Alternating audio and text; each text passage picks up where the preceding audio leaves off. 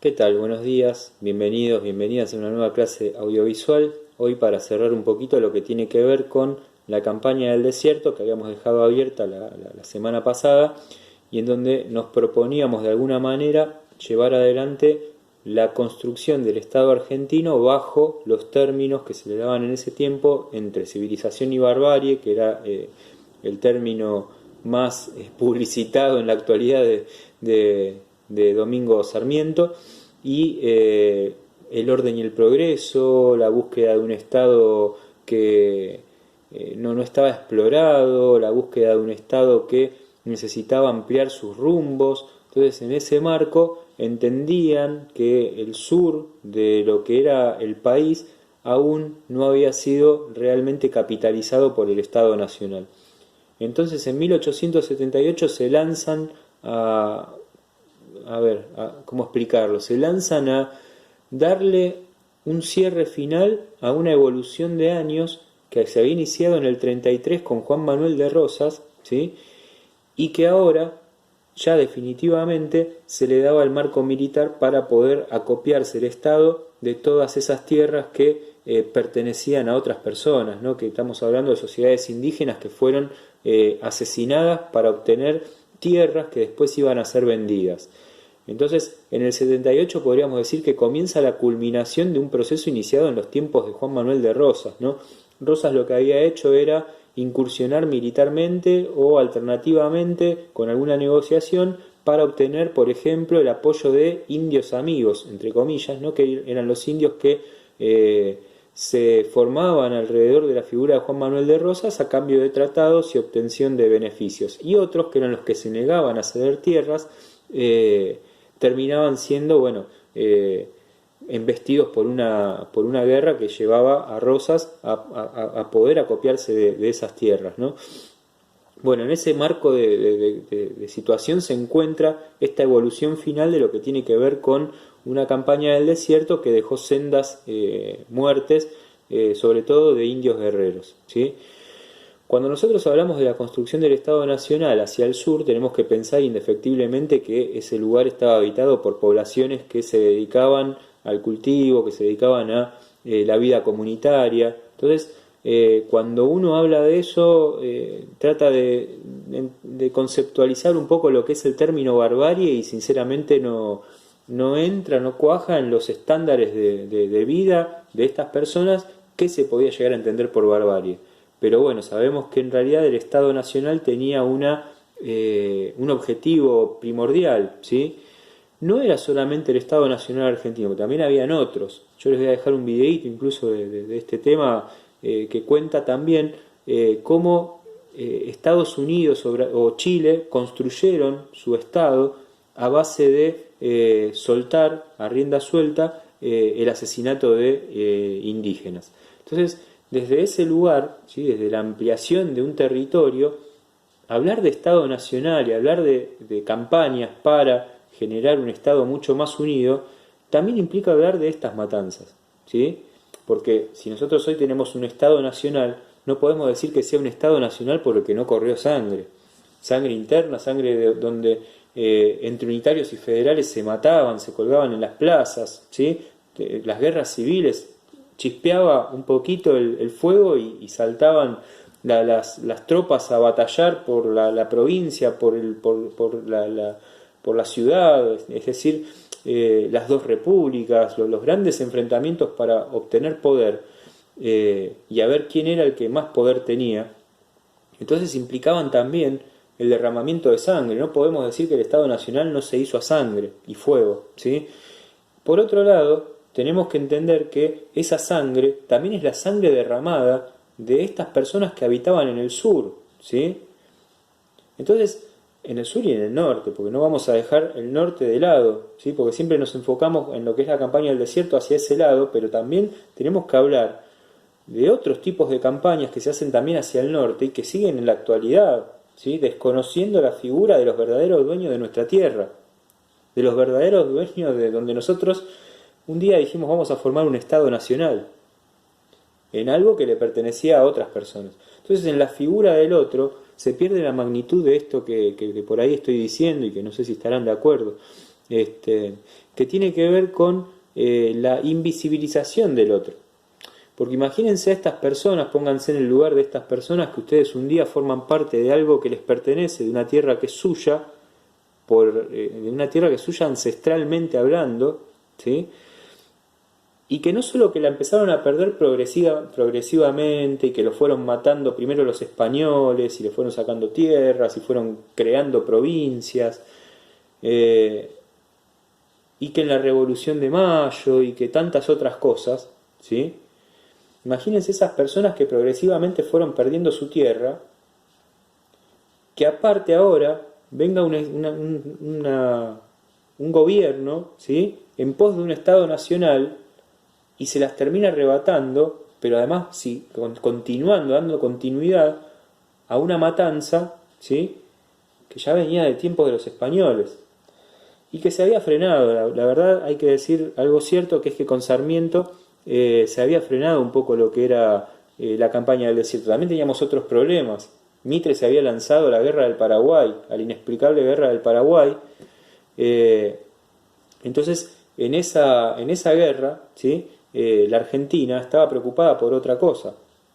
Y ahora que estábamos más o menos en paz, que Sarmiento ya había firmado la paz y que bueno, ahora vino Avellaneda, que tenía una concepción general de lo que era la tierra pública, incita también a que se vaya contra estos habitantes del sur, ¿sí?, para conseguir las tierras que el Estado quería comercializar, ni más ni menos que eso.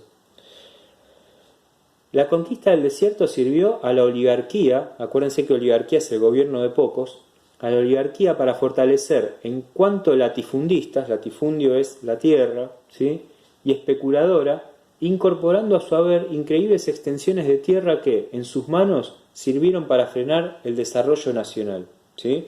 Porque lo que está entendiendo Milcíades Peña, que es el autor de esta frase, es que el desarrollo nacional, ¿sí?, en realidad fue frenado por estas clases oligárquicas, porque el desarrollo de una Argentina nacional pasaba por otro lado.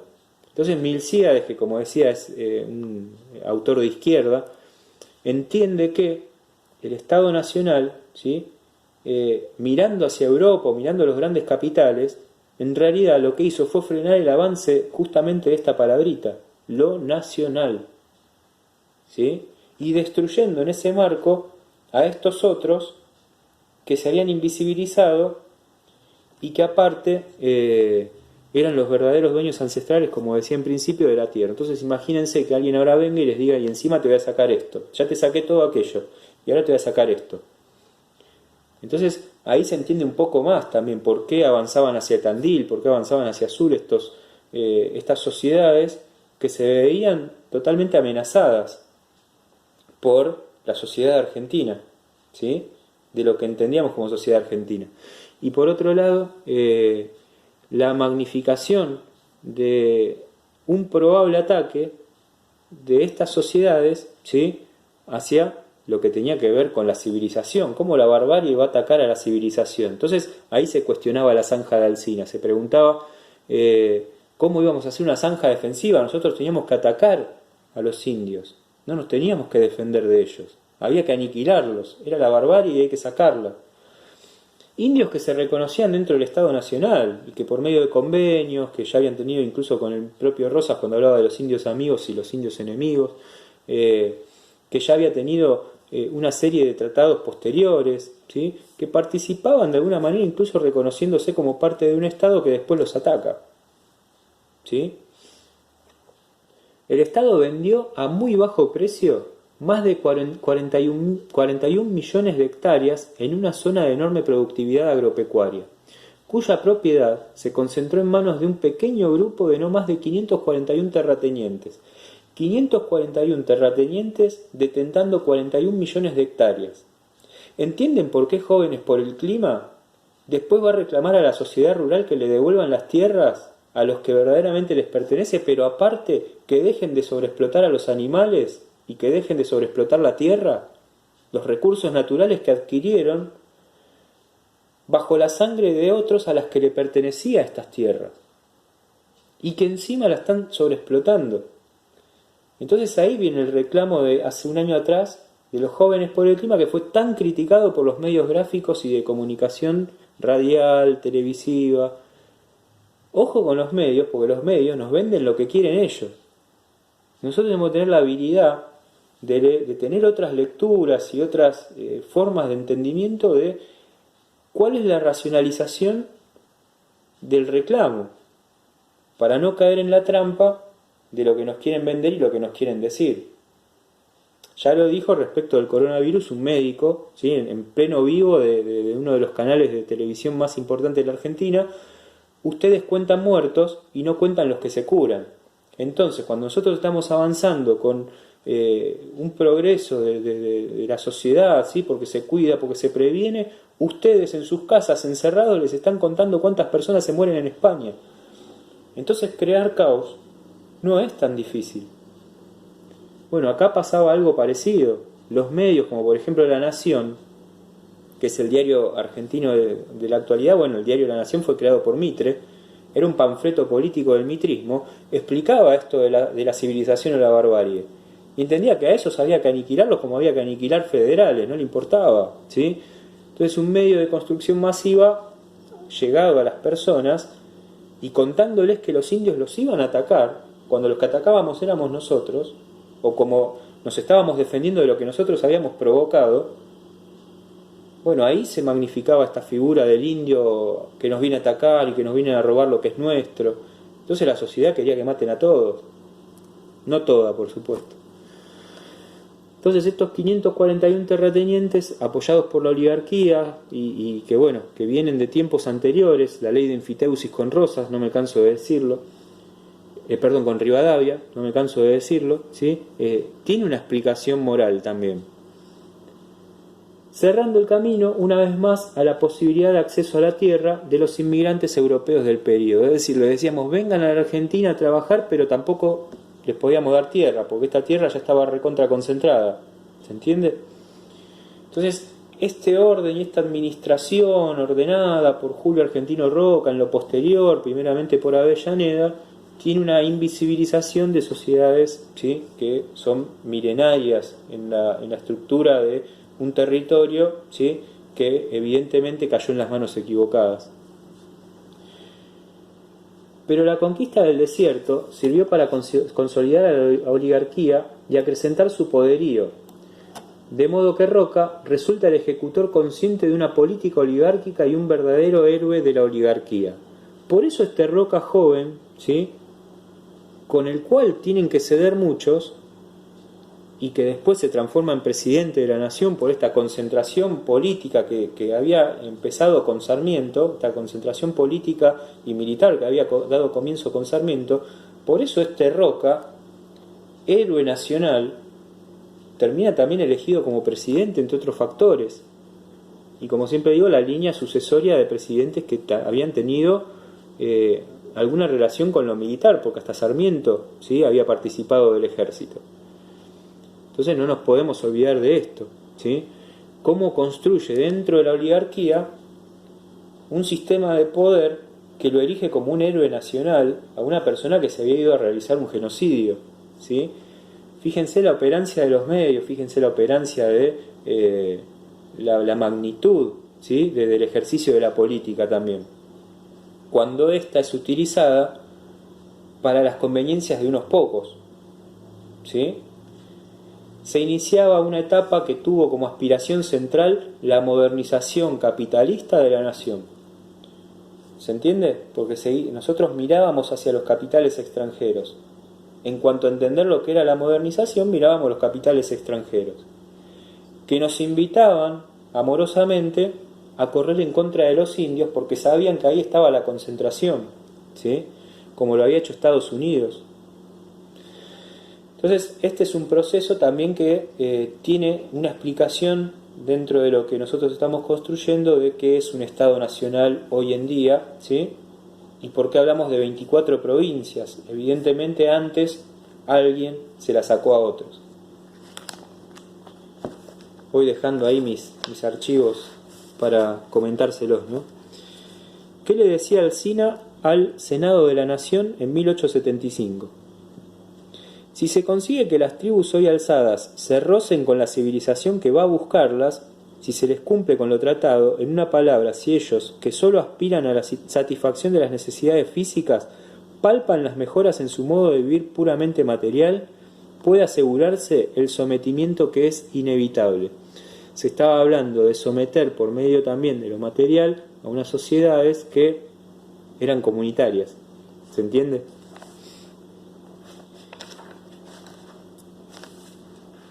Según cifras del Ministerio de Guerra y Marina citadas por Enrique Masses, el saldo de víctimas indígenas de la operación Campaña del Desierto entre agosto de 1878 y mayo de 1879 fue el siguiente: 1.271 indios de lanza, guerreros, prisioneros; 1.313 indios de lanza muertos en combate; 10.539 no combatientes prisioneros, casi 11.000 personas no combatientes prisioneras, y 1.049 indios reducidos voluntariamente, es decir, que se entregaron en armas. Los que no fueron asesinados quedaron a disposición del gobierno nacional, fueron objeto de intensas discusiones públicas sobre qué hacer con ellos y resultaron víctimas de diferentes ensayos políticos sobre su destino. La consigna de asimilación dio pie a numerosas versiones sobre las posibilidades de los indígenas de integrarse efectivamente a la civilización, civilizarlos, que es una experimentación.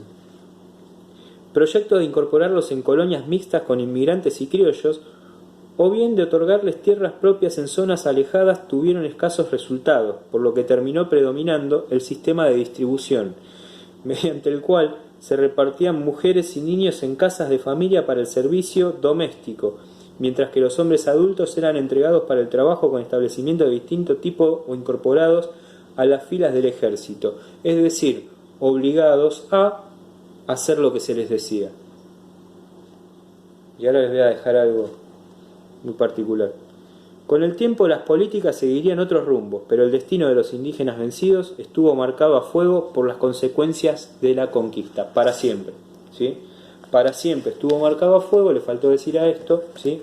Por las consecuencias de la conquista, ¿sí? Le agrego a la genia de Ilva Sábato que escribe muy bien, pero le agregaría eso también. Y fíjense lo particular. Este libro que ustedes ven que tiene plástico por todos lados es un libro que es la historia de Belgrano, ¿sí? Belgrano que este año, curiosamente con lo que estamos viviendo, se conmemora, ¿sí? La vida de este prócer tan digno, tan moral, tan grande en su pensamiento, el primer economista argentino, ¿sí? El primer feminista argentino, ¿sí? El primer feminista nacido en esta tierra. De Ediciones Anaconda, un libro escrito en 1900, este libro en realidad es de 1950, esta versión, por eso está tan deteriorada, ¿sí? Es una de las primeras, una reedición en realidad que hace el peronismo de algo que está escrito por, no sé si se va a llegar a ver, Bartolomé Mitre, ¿sí? Historia de Belgrano.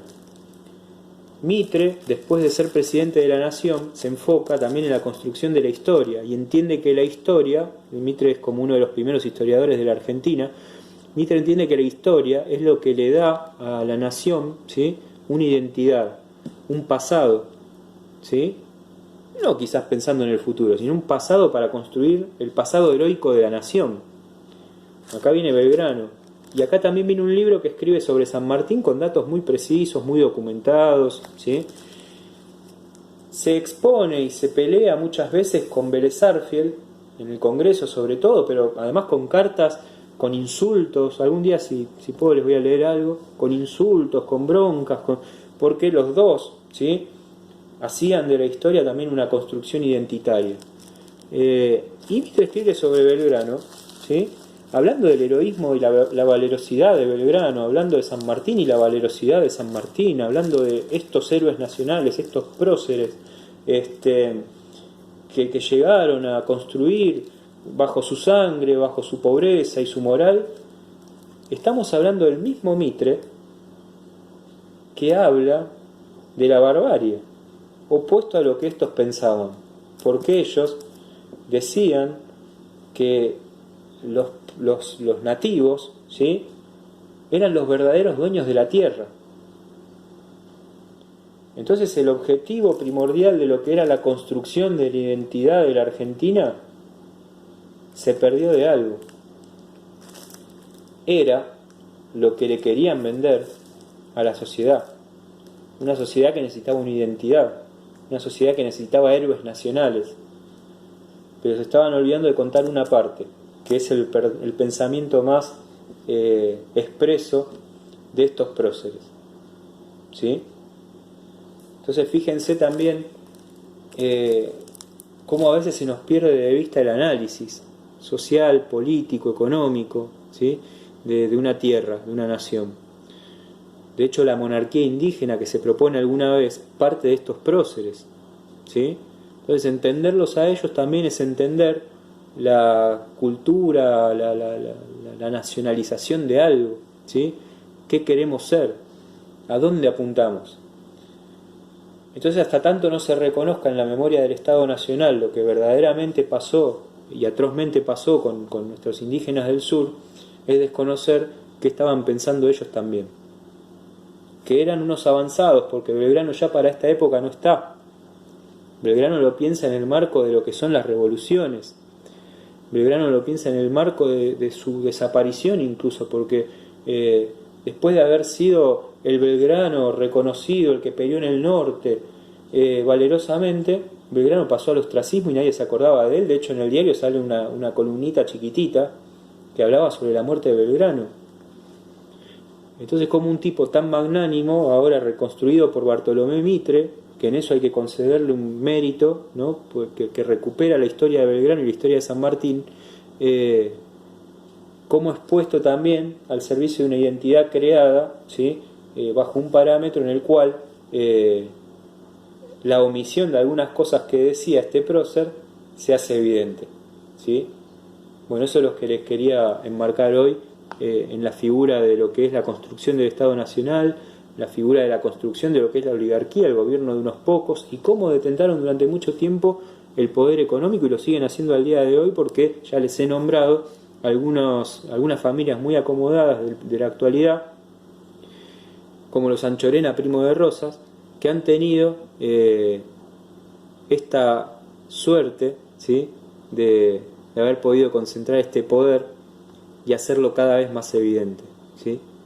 Y ahí vamos, suerte entre comillas, ¿no? Bueno, les mando un abrazo, espero que la hayan pasado bien. Estamos intentando darle un marco distinto a las clases dentro de lo que es la virtualidad, porque no está la posibilidad de debatir, que es tan interesante con estos temas, que insisto, justo este año era un contenido bárbaro para poder trabajar en clases, en donde la ausencia del otro, la invisibilidad de las clases sociales, cómo se construye el Estado, ¿sí?, es muy interesante. Las guerras. Un abrazo grande.